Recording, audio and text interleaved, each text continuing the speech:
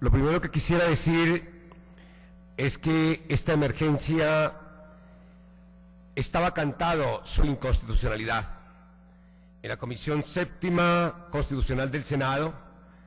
le advertimos al ministro de la Protección Social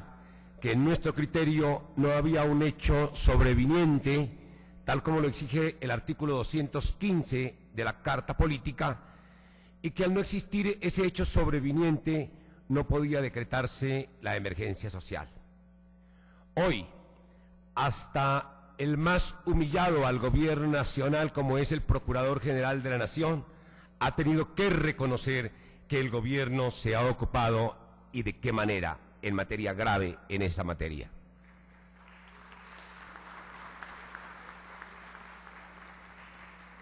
Y si la declaratoria de emergencia social es inconstitucional, tal como lo ha señalado el señor Procurador y otros muchos abogados especializados en temas constitucionales, tendríamos que decir que debemos plugar los colombianos para que rápidamente la Corte Constitucional asuma el control sobre estas normas y decrete la inexequibilidad de la declaratoria de emergencia y por ende decrete la inconstitucionalidad de todas las medidas, y creo que eso es lo mejor que nos puede esperar en este momento a todas las colombianas y los colombianos.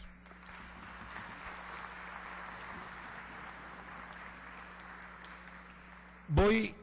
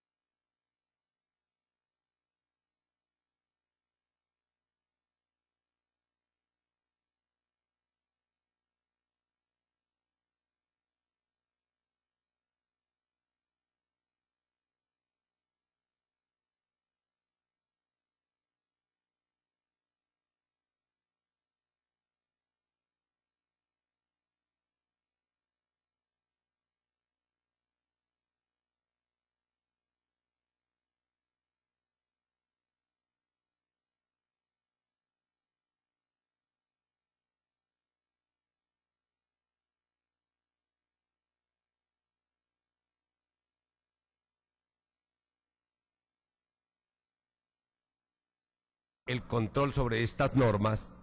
y decrete la inexequibilidad de la declaratoria de emergencia y por ende decrete la inconstitucionalidad de todas las medidas, y creo que eso es lo mejor que nos puede esperar en este momento a todas las colombianas y los colombianos.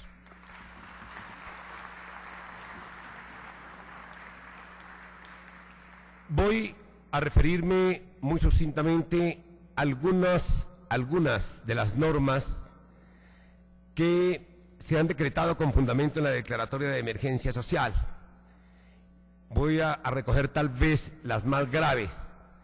porque son incontables las medidas que afectan el derecho a la salud, pero sobre todo el derecho a la vida de los colombianos.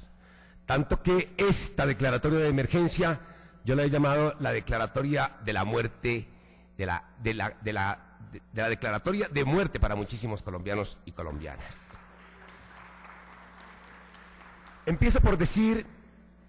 que el decreto con fuerza de ley 131 reduce los planes de salud de los colombianos y de las colombianas. Y lo ha reducido, como ya han dicho muchísimos críticos, a todo lo que se denomina baja complejidad, quedando por fuera de los planes de salud mediana y alta complejidad. Este es un debate técnico, yo lo admito, es un debate que comporta una correcta lectura del decreto ley 131. Pero en esa lectura yo creo, con también muchos críticos, que ahí se han reducido los planes de beneficio de los colombianos y de las colombianas. El señor presidente de la República, en algún escenario, admitió que eso sería así, que lo irían a arreglar a través de un decreto reglamentario. Y el gobierno expidió el decreto reglamentario 398 del 5 de febrero de este año para decir que la base para la actualización de los planes obligatorios de salud post de los regímenes contributivo y subsidiado serán los planes de beneficio vigentes a la fecha de publicación del decreto legislativo 131 del 21 de enero de 2010. Pero si en el decreto 131 se redujeron los planes y el decreto 131 empezó a regir a partir del 21 de enero, uno se pregunta, ¿qué aclaración hicieron a través del decreto reglamentario? Pues ninguna, absolutamente ninguna. Pero vamos a suponer que uno leyera la norma reglamentaria con la intención que expresó el señor presidente de la República de que no había reducción de los planes de salud. Entonces uno tiene que concluir que entre dos normas que estaban vigentes, los anteriores planes de salud y los planes de salud impuestos y reducidos, en el decreto 131, la norma posterior es de preferente aplicación sobre la norma anterior, pero además hay que decir que en este caso la norma reglamentaria, si la quisiéramos interpretar por vía favorable para las colombianas y los colombianos,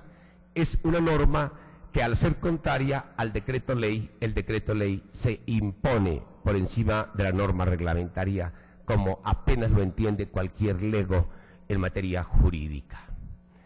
Luego, desfacer el entuerto no pasa por la expedición de una norma reglamentaria, sino que pasa por la derogación de estas normas, y a eso hay que trabajarle desde el Congreso de la República y desde muchas intervenciones en la Corte Constitucional. Segundo tema que quisiera tocar, y que yo lo he llamado como otro pecado capital de esta reforma que se ha generado en la emergencia social, es que todo lo que no esté en los planes de salud pasa ahora a llamarse prestaciones excepcionales. Entonces, ahora todo se nos va a convertir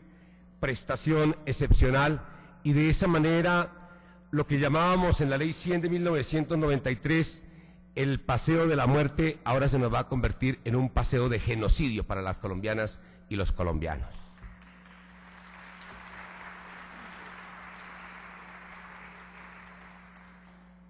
Y allí quisiera mencionar cómo se empiezan a crear unas barreras de acceso al sistema de salud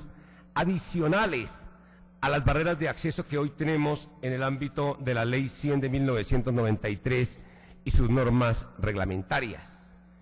Todos sabemos que en el sistema de salud colombiano de la Ley 100 tenemos copagos, cuotas moderadoras, periodos de carencia, fuera de otras barreras de acceso que se ha inventado el modelo de salud, las EPS, que llaman racionalidad financiera, y a la que espero referirme ahora más adelante. Aquí están colocando unas nuevas barreras de acceso que son los famosos comités